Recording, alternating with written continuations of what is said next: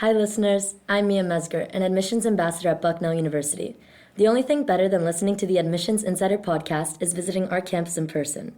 With campus visits offered 6 days a week, nearly all year round, there are plenty of opportunities to tour campus, attend a preview session, or even sit in on a real class.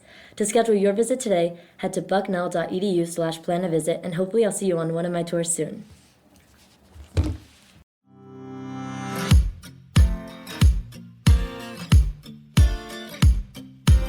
Senior year is finally here, and with it comes all of the excitement and nervousness about what comes next.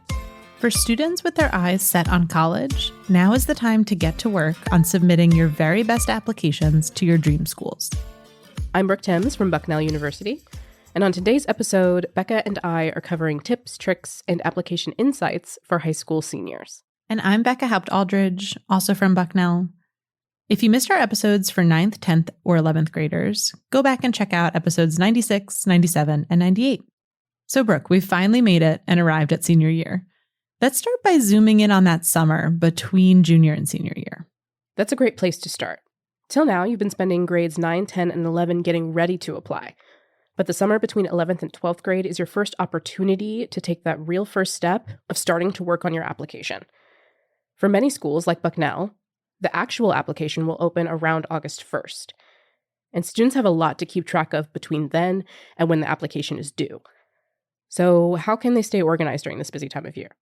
We've said this in previous episodes, but managing the college search and now the application process on top of schoolwork and extracurriculars can feel like a full-time job. If you haven't done so already, now is a good time to start to get organized. Keeping track of important dates, deadlines, and supporting materials that are needed for your application is a great place to start.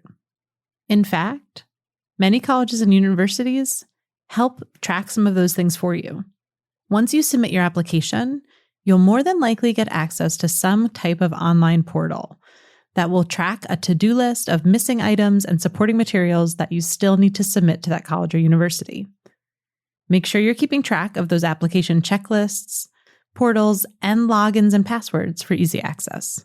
As far as where to apply, now's the time to narrow that long list we talked about in the last episode and get specific on what schools you actually want to attend, and your strategy for applying to each of those schools, like whether you be applying regular decision, or early action, or rolling admission, depending on what the school offers.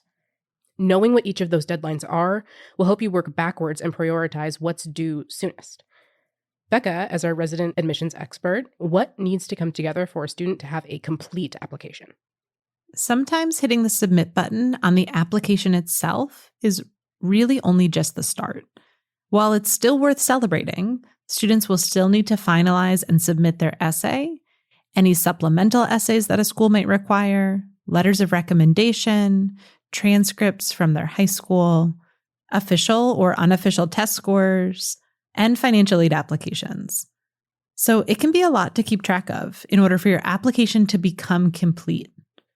At some schools, they won't begin reading that application until all of your materials have been submitted, and it's important that all of those materials are in by that school's application deadline. The application process for admission and the application process for financial aid tend to go hand in hand. Brooke, do you have any tips for the financial aid side of things? For a complete breakdown of the financial aid process, I really recommend listening to episodes 52, 53, and 54 of this podcast, where we talk to Bucknell's own financial aid team.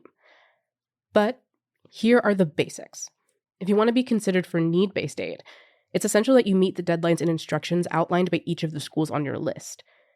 That typically includes submitting the FAFSA and/or CSS profile through the College Board. These applications require lots of personal information, and so you'll need to work with the person supporting you through your college process, whether that's a parent or a guardian, to gather all of the necessary documentation to start that process as early as possible. But that's not the only way to secure financial support for your college journey. Becca, what about merit scholarships? If you want to be in the running for merit awards, it's also important to follow the specific instructions outlined by the colleges you're applying to. Every university's process is a little bit different. While some merit scholarships might require additional applications or interviews, others you might be automatically considered for merit awards. It can be easy at the end of your college application process to forget this part of the admissions puzzle. So make sure that you're setting aside enough time to complete those merit scholarship applications if you need to do so. Becca, in your experience, do you find that students feel excited for having submitted their application or anxious about the waiting period that comes next? This has actually been my favorite question to ask students while on the road at their high schools this fall.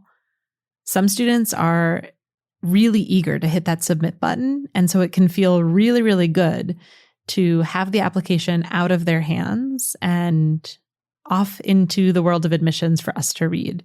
I actually recently learned that the Common Application does display confetti when you hit that submit button. I heard from another college counselor that if a student hits the submit button in her office, she has a cowbell for them to ring and everyone cheers. But for some students, hitting the submit button can actually be more stressful because now the waiting process begins. What can a student do to stay busy while they wait for that decision, which could be weeks or even months? There are plenty of ways to keep interacting with the schools on your list, even after you hit submit on the application. If you haven't seen schools in person yet, schedule time to take a tour.